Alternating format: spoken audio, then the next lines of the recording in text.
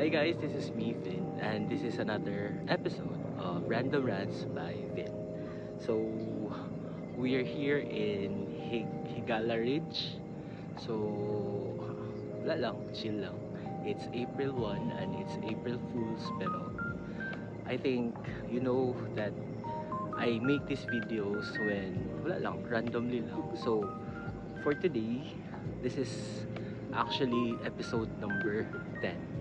So I'm naming this episode um, the pivot point, no?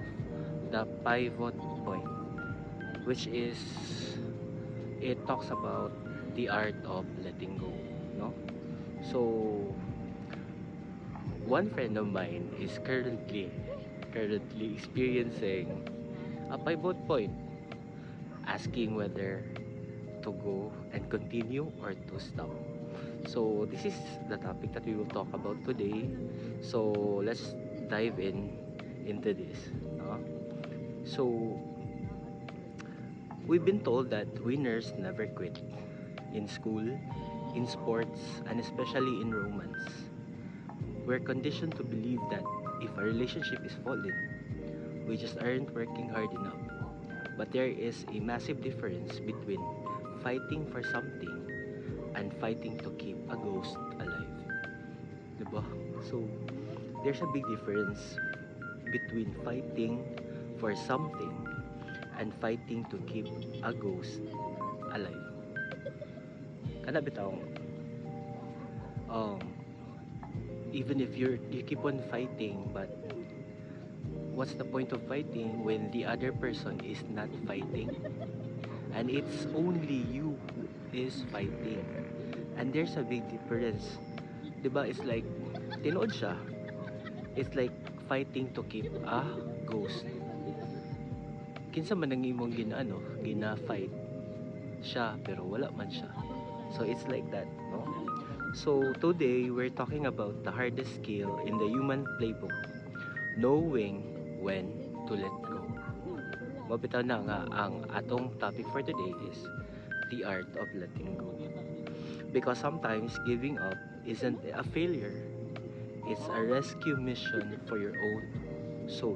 Diba? Sometimes letting go means, it does not mean like you're a quitter, but it only means that you are trying the best that you can because you want it to work and you don't want to have any regrets in your life, diba?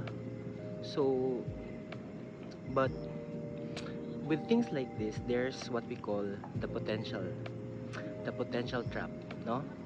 So, the first sign in its time to walk, if you're in love with a person of them that doesn't actually exist, no? So, I call this the dating ghost of Christmas future because you aren't happy with who they are today. So if you're staying because of do you think they could be, then you just have to change everything, no? So in relationship manggod, if it's not working anymore, of course, you have to let go, no? Kay if you stay and if you keep on staying, basi in the point where ikaw ra dito ang gusto mag-stay, but siya he or she has already let go, diba? So reality check lang, diba? If you have to squint to see the person you love, you're looking at a fantasy, not a partner. When the work of the relationship is 90% trying to fix the other person, you've stopped being a partner and started being a project manager. What does that mean? It means that mailan magina nimo in the relationship. If both of you are working together to fix something, then that's a great sign to continue. Pero kung ikaw na lang yun ang ga-fix sa tanan, even siya kay imo siyang i-fix or unsay mga butang, which leads to away lang yun always all the time, meaning gamay nga lihok is gina-fix ninyo, then probably that's a great sign na you should stop or you should let go na siya, di ba? Sign number 2, when to let go. The core values gap, no? So the non-negotiable, of course, is that we often confuse compromise with sacrifice. Compromise with sacrifice, no? Unsa din ang compromise? Compromise is deciding whose parents to visit for the holidays, for example. Sacrifices means giving up your desire for children, your career, your goals, and your fundamental needs for respect. No, kanang maingan nga things, di ba? There's a difference between compromising and sacrificing. Unsa man ang compromise, kana bitaw napugos na lang ka. Na sige, sige, sige. O sige mo, uban na lang ko sa imuha kay important man na siya sa imuha. Dayon ko moingon ka og sacrifice, meaning both of you are sacrificing things, di ba? Nga maskin lisod siya pero you work together, dili siya mahimong issue, pero kung nakay gibuhat nga mahimo siya issue, then that's just a compromise, no? Imo rang murag napugos lang ka ana. So if your core values, how you view money, family, or basic ethics are moving on opposite directions, then you aren't growing together. So may pasabutan na, meaning kung ang inyong mga ginatuuhan sa kinabuhi bitaw nga mag-clash good siya, like ang batasan ninyo, ang tinuuhan nyo sa life, then that's one big factor nga dili gid mo mag-end up together. So might as well let go, no? So you're tearing up yourself apart, di ba? Relationships can survive a lack of shared hobbies, but they cannot survive a lack of shared vision. Okay ra daw na siya, okay ra na siyang wala mo'y shared hobbies. Sa man ang hobbies kanang gusto niyo buhaton, kay dili man all the time nga dapat ipareha mo kinabuhat. Like for example, sa type of movies nga gusto niyo tan-awon, sa music, sa sports, or sa unsa balag lahi-lahi mo, pero lahi siya kung shared vision. Asa man ang shared vision? That's kanang common nga goal ninyo, kasi common goal ninyo as a person, no? So mo na siya ang mga signs, pero when you're already there, sometimes magod kay ma-blind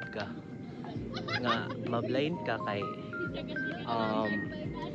syempre love man mo ang tao, so you will still try to work it out. Imo gid siyang pangitag pamaagi nga kay ngano man masayangan man ka, sayangan ka sa inyong nga build na nga kuan ba, mga memories. Pero unsa man na nimo kung ang na-build ninyo pero dili na siya gusto nga ipadayon to, so might as well stop it na lang and let it become memories, diba? Kaya kung ikaw na lang yun ang hold on, then kuan. So what is the process of unsaon man gyud nato ang process para makuha nato kung mo let go na bigid ka or dili pa? So number 1, of course, is pre-grieving. Unsa man ang grieving? Kanang kumbaga pareha na namatyan ba nga kanang kasubo, imong i-experience ang kasubo, diba? So the relationship while you're still in it, meaning you are already imagining your life alone, o diba, imo nang before ka maskin pa siguro o gina-fix pa ninyo, pero imagine na nimo yourself ba kung unsa kay feeling ba kung ako na lang, kung wala na gyud kami. So that's number 1 nga dapat nimo buhaton. Then if feel nimo nga kaya nimo ang maging alone, then that's one good sign na ready na ka to let go, no? So the next one is trust the feeling of relief. It's your body telling you that the weight you're carrying is no longer yours to bear. Meaning, after the grievance, after sa imong pagkasubo, of course, ang happiness mo follow ra gyud ang happiness. So it's going to hurt, but it's a clean, plain pain that heals rather than the dull ache of a relationship that's already gone, no? Grabe siya, no, nga kuan. Let's dwell on this na lang. Diba? Ingon siya, it's going to hurt, but it's a clean pain that heals rather than the dull ache of a relationship that has already gone. Meaning, mas may pa nang nasakitan ka, kaya na let go na ka, pero it's a clean nga pain. Meaning, limpyo siya ba? Meaning, after that pain, although gifeel nimo ang sakit, pero after that, malimpyo, ma-cleanse ang imong heart, meaning nawala na ang sakit. Then after that, kaysa kung imo siyang unsa man siya, kanang dull ache, bitaw kanang wala nimo gi-feel ang sakit, then pero kay balo ka nga wala na mo. After ana dili pa gyapon ka mag-heal, so may nag-i-feel na gyud nimo siya, so that after that you'll be clean na dayon nga kuan. So in determining whether it's time to let go or still pursue the relationship, of course it's a case to case basis, but ato ra gyud siyang tan-awon whether worthy pa ba siya nga ipadayon. Of course lahi-lahi man ang relationship, pero moto siya ang mga signs. Number one, of course, is ang duha ka tao, kung isa na lang ka tao ang kapadayon, then it's time to let go, no? So og kana bitang wala na gyud chance, walay vision, walay goal, walay end point ba, di ba? Mo man ginaang kuan ang end point nga kamo magpadayon, pero kung wala na gyud, then it's better to let go, no? So that's it. That's my random thoughts about the art of letting go. So once again, this has been Vin, and this is your random rants with Vin.